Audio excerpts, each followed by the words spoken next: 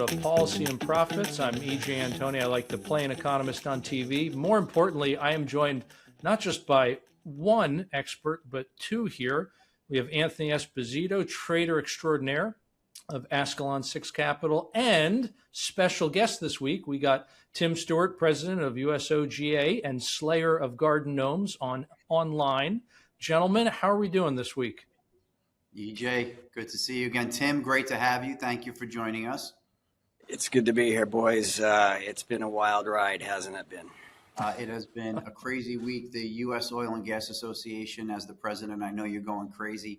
Give us a quick, we have some questions for you about the strategic reserve, the Strait of Hormuz, all the entire scenario that we're running through here as crude oil and Brent goes crazy.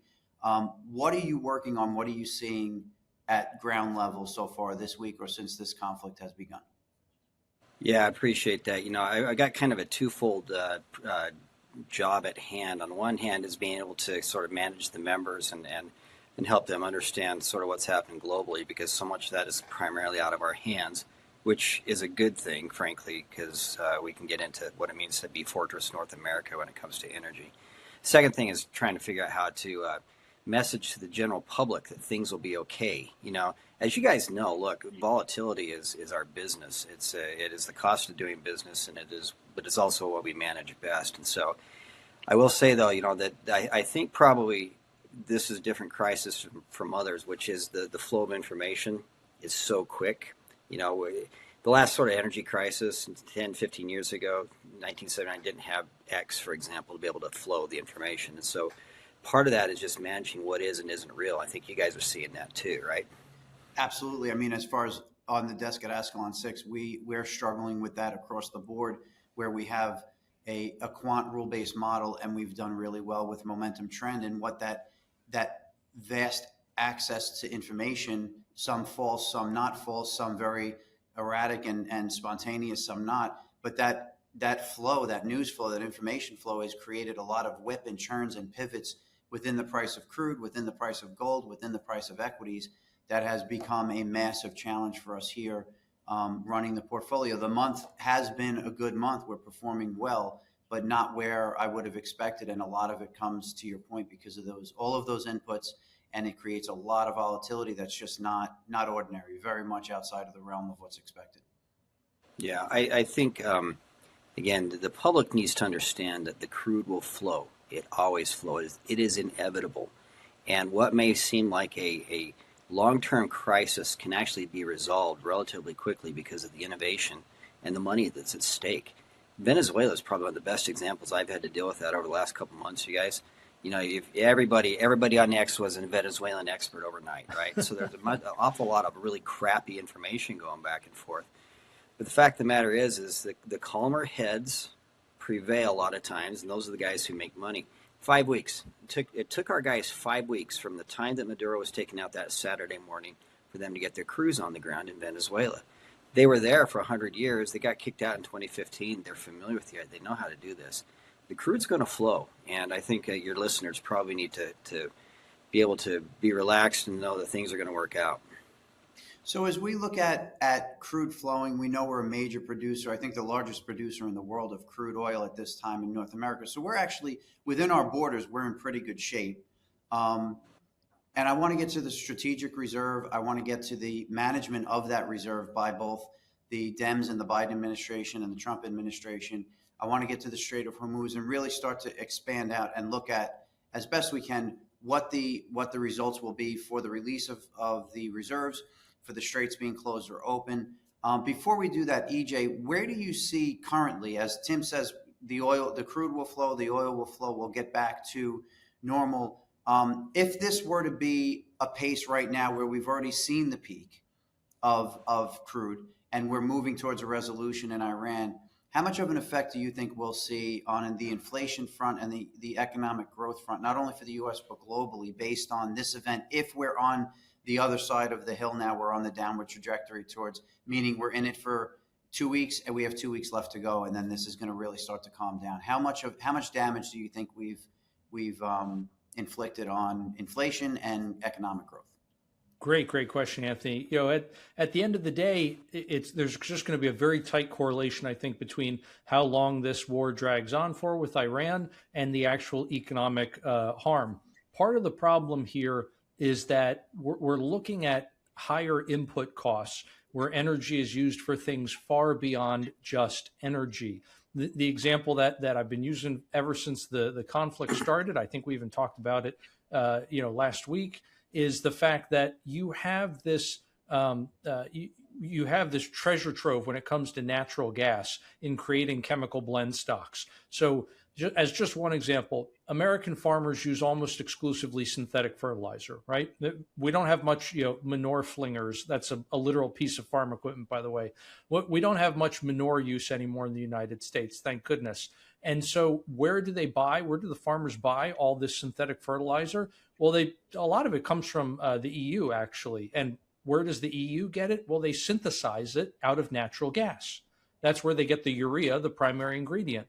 So what I'm getting at here is that the fertilizer that farmers are going to order in the coming weeks and months is going to be priced based on the natural gas price that Europeans are paying right now. And so when the farmers eventually go to sell their crop, or when they're selling it to the ranchers, let's say, as feed for the animals, and then when the ranchers eventually go to sell the meat, you're looking at months and months and months down the road where today's higher energy prices finally show up as higher food prices. This infamously happened almost exactly this time 4 years ago. You go back to 2022, the war in the Ukraine occurred. That's when it really first started, right? And what happened to natural gas prices? They go through the roof. Fertilizer follows. Food prices follow that. Now, obviously, there were other components going on that have kept food prices high because you have the monetary inflation going on. But to make a long story endless here, Anthony, the longer this goes on, yes, it's true. Tim's 100% right. The crude is going to flow eventually. But in the short term, the longer this goes on and the longer that Strait of Hormuz stays closed and the more oil and natural gas infrastructure gets destroyed, the worse the impact is going to be. So that's pretty interesting because obviously there's a direct connection, but one of the best performing groups today were those fertilizer names, and CF Industries was one that was off the chart. So as the market has been struggling to kind of find some ground, and we've had a bearish call in the market even before the war began, and we had a 6,600 and a 6,400 price target on the S&P. We hit that 6,600 in the overnight heading into Monday.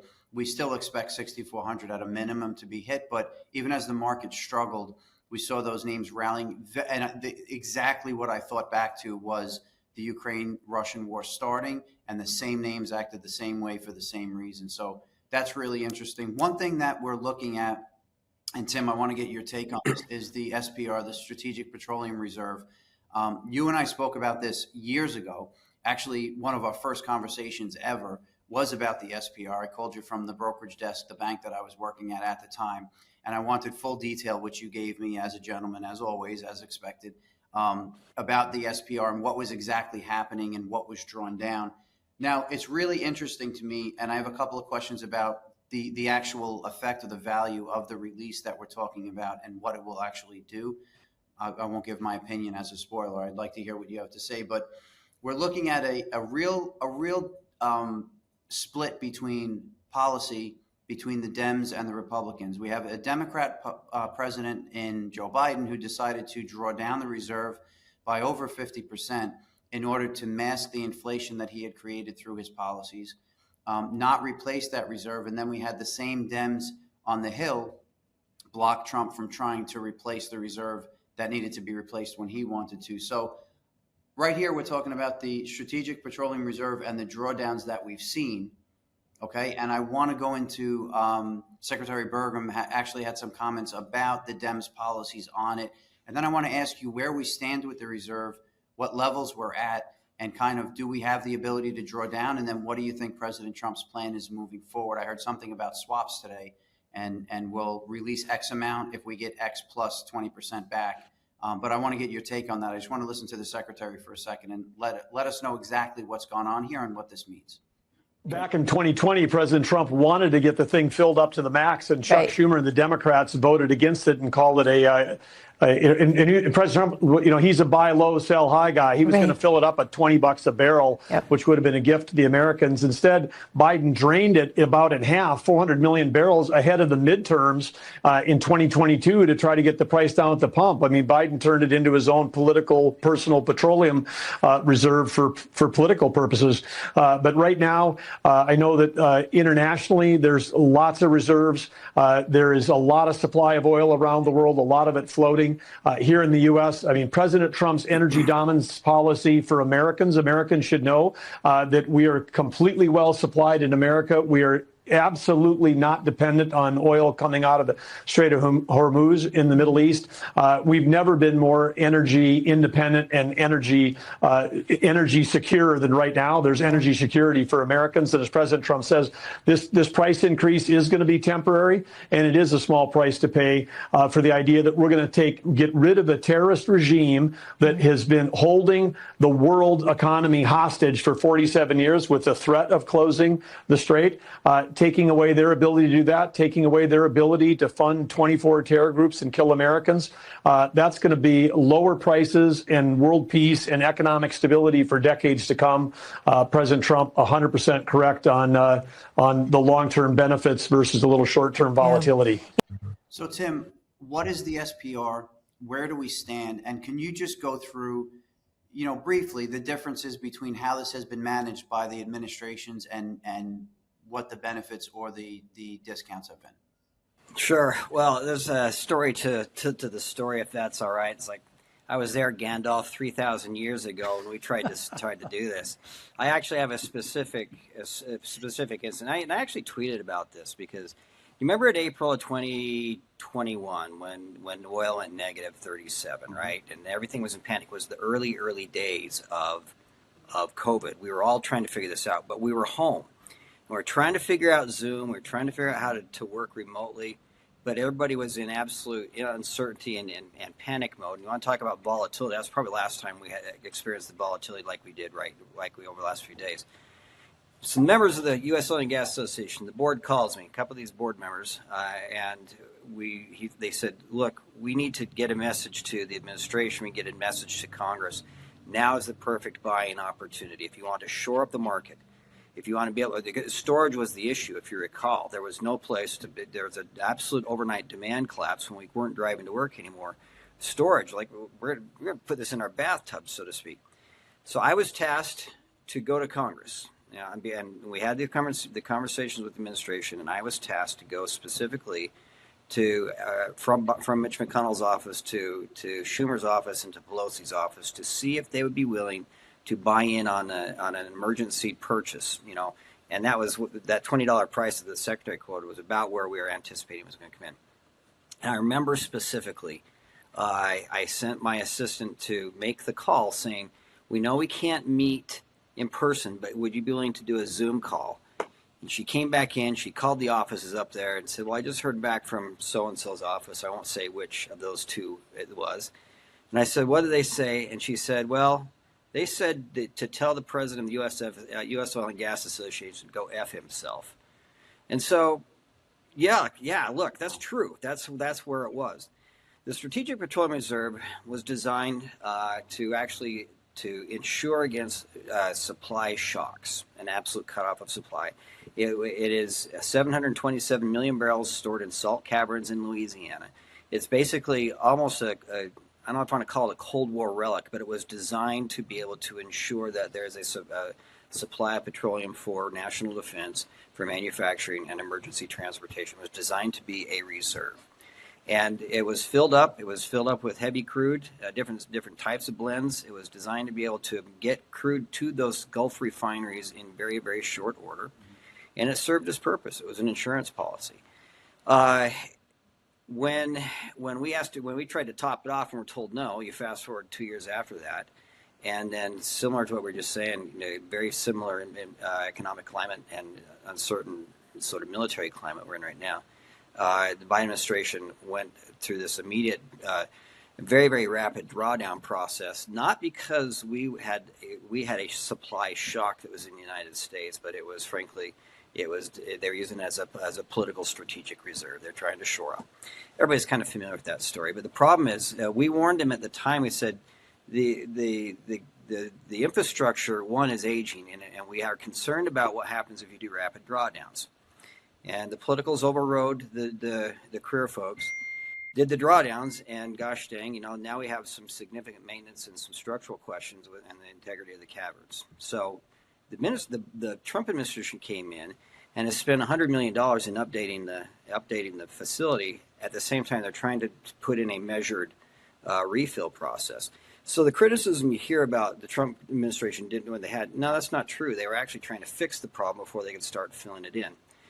The question, though, to EJ's point, that was a long story that never ends, right?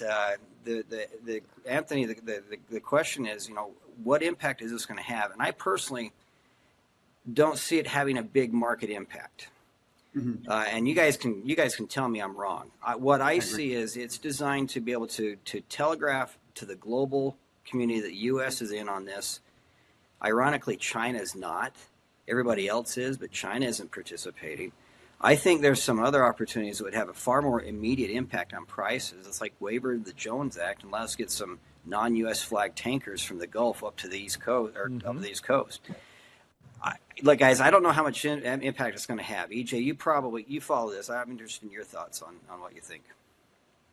Well, one of the things that I'm hesitant to believe out of China is the size of their reserves. Apparently, if you believe the numbers out of the CCP, which everyone should be, everyone should question, but apparently they have 4 times the size of our current strategic petroleum reserve.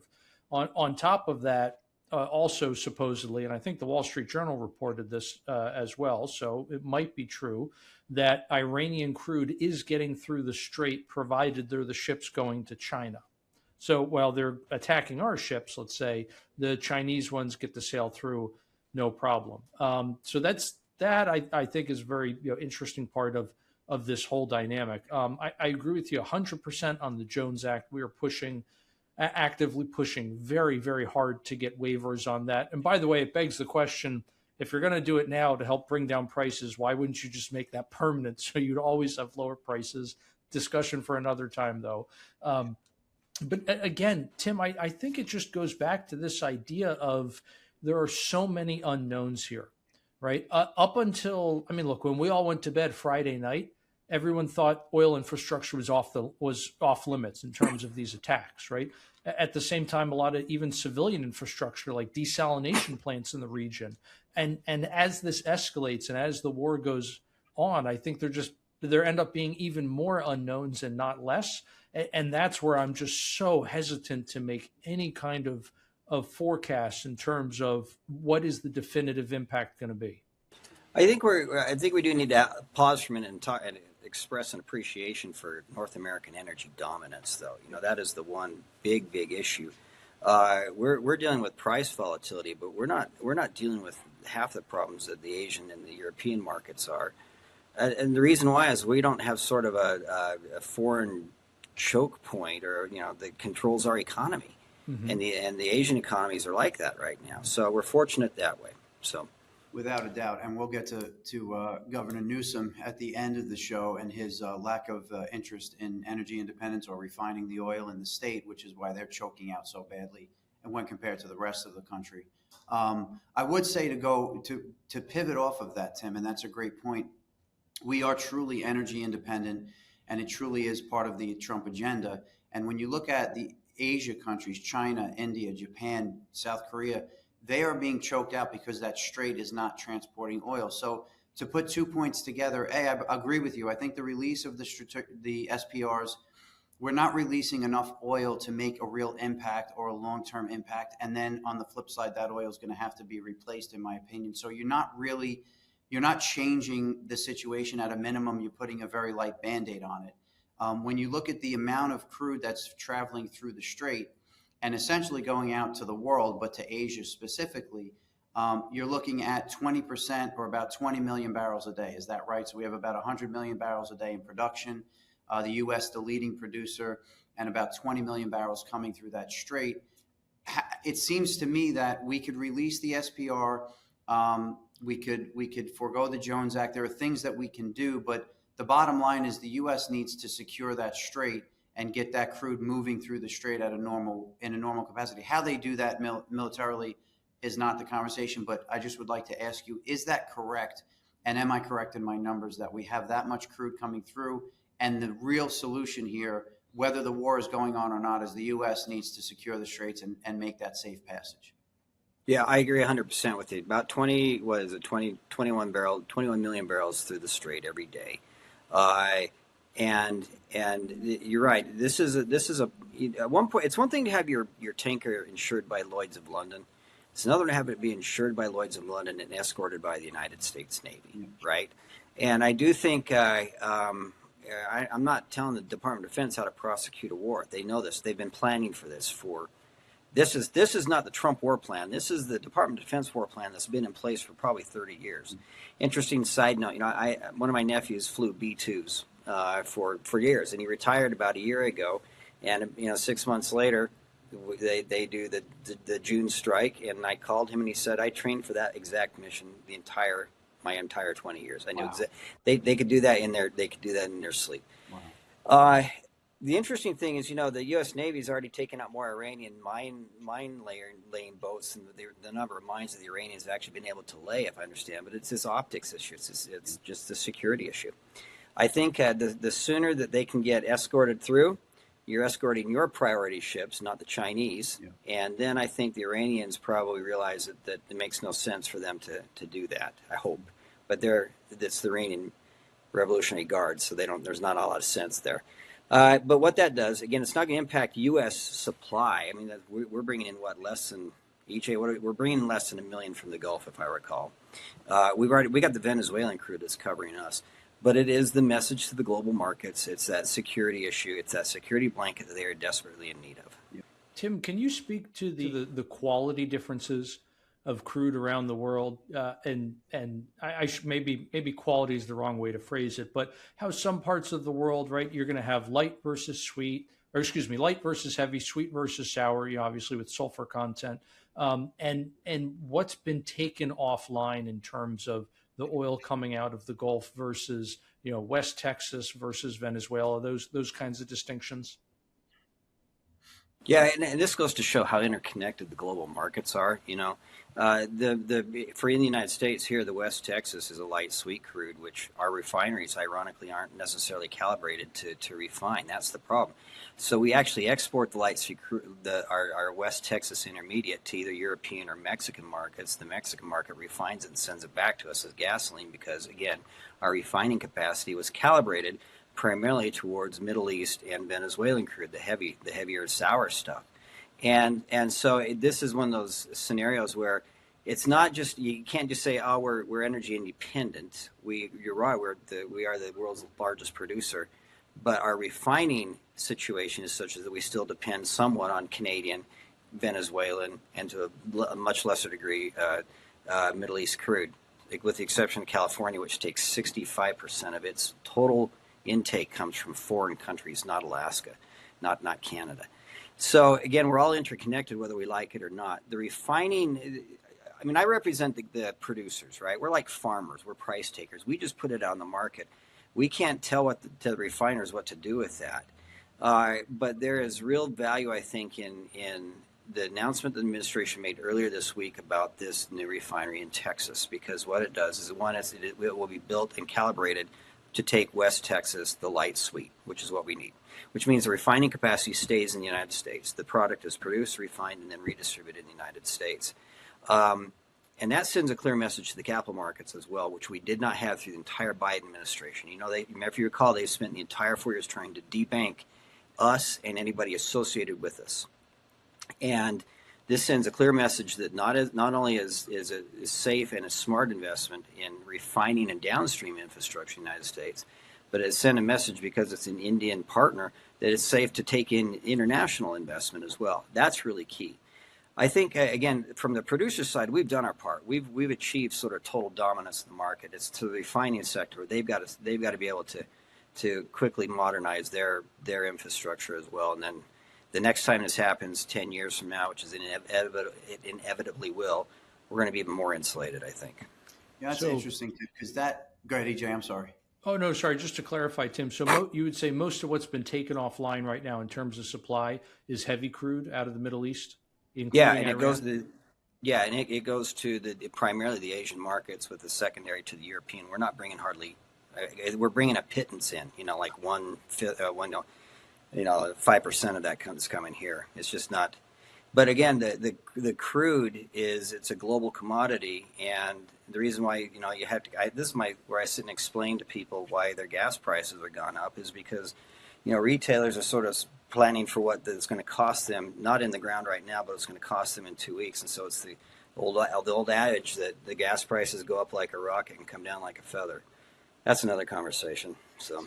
We were just talking about that last night in the kitchen over dinner. That refinery in Texas is a special project, $300 billion project from what I understand, and it'll be running at a capacity of about 175,000 to 200,000 barrels per day. Love the idea, love the fact that we're moving forward on projects like that. We can pivot over to California now. At US_OGA is you out on X. You've been going a little ballistic lately. I love it, but you've been at it. And you've been at Governor Newsom lately. So asking him to take an industrial-sized enema at this point in this tweet. I just want some explanation as far as how dysfunctional that market is. I know Chevron, the CEO of Chevron was out this week at Newsom, at his throat, more than I've seen a CEO like, not in a bad way, but just in a very man-to-man way, like you're not doing the right things and you're stupid. Talk to us a little bit about how dysfunctional the state is running when it comes to energy, when it comes to natural resources, crude, and when it comes to refining these products for use. It is peak dysfunctionality is what it is. And the problem is California, from both a market and an infrastructure and frankly a public policy perspective, is an island unto itself. I mean, I advocate on behalf of the oil and gas industry in the United States, but it has been interesting in the 30 years I've been working in this industry and the 15 years I've been working in sort of the trade association world for them. California has essentially, and the California producers, but California itself has said, hands off. You don't come touch us. We're different. We have a different policy. We have a different blend. We have a different approach. You stay out of us and don't bring national policy to us. And that's fine until until you fall off the cliff, which you're watching them get ready to fall off the cliff, because they have spent 15 years implementing really, really bad policy, and now that policy is implemented, it is starting to impact the United States economy. I mean, a lot of people don't realize that Nevada gets 80% of its refined product out of California. Mm-hmm. Arizona gets 35% of its product out of California. And when you shut down refinery after refinery after refinery, it's not just California drivers, but it's the economies of Arizona and Nevada that are impacted as well.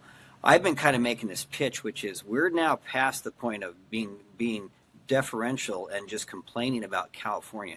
It is now a national security issue. Mm-hmm. That bad California energy policy towards fossil energy is not just impacting drivers, but it's impacting the United States military. It's impacting our transportation, our manufacturing sector. We cannot let them continue to do to themselves because it impacts the rest of us as well. And that's why it was really interesting what you saw the Trump administration yesterday saying they're going to exercise the Defense Production Act. Yeah, and Tim, I just want to go back to this. This actually was written by Bloomberg yesterday, I believe, talking about the Defense Act and the ability to help, or the Trump administration's intention to really push the offshore drilling to improve production, increase production in California. Yeah, the Defense Production Act. That was it's designed really to allow for maximization of supply chains and supply chain resiliency, emergency authority to do whatever it takes to be able to win the wartime effort. It was used all throughout COVID, to be honest with you, to expedite manufacturing of essential materials when the supply chains were disrupted. Everything from pharmaceutical and basic pharmaceutical manufacturing lines to masks and latex gloves and things like that. So the authority's there. but it goes to show the point the administration, I think, realizes that this is becoming a national security issue. And the interesting thing will be to watch what he does on the refining side of things, because this really is a refining issue more than anything. And if he can overrule the state regulatory board and say, nope, and in the issue of national security, not only are we going to overrule your regulations, we're actually going to overrule and allow for the refineries to expand their capacity. That will be really interesting to see what happens. Tim, I just want to thank you again for your time today. It was an awesome education as far as all things U.S. oil and gas. Thank you for the work. Thank you for the producers. EJ and I have actually, obviously we're friends, but we've met the board. Appreciate your time. Appreciate the work you do. And appreciate you calling out California. We need to fix what's broken and what's pushing against us. And we need to get in line. And I think President Trump is doing that. You're bringing it to light and you're fighting the fight. So thank you so much for the time. And thank you for all you do. EJ, as always, thank you, sir. You're the best, a wealth of information and knowledge, and the best suits in D.C. So keep that up. And until next time, guys, thank you so much and have a great night. Guys, great to be with you. Thanks for having me. I love these free-form conversations, and I'm happy to join anytime. But if anybody wants to follow us, just jump on X. It's US_OGA, and you'll get your nightly dose of pith and vinegar and whatever else you want. So it's great to be with you guys. Thanks for having me. Appreciate it. Thank you, Tim. And as always, at CMT_Anthony out on X or Ascalon6capital.com. EJ at Real EJ Antoni out on X. Follow you every day, on you every day. Plenty of information, multiple charts, multiple quotes a day. So definitely want to follow. Until next time, guys, thanks for listening.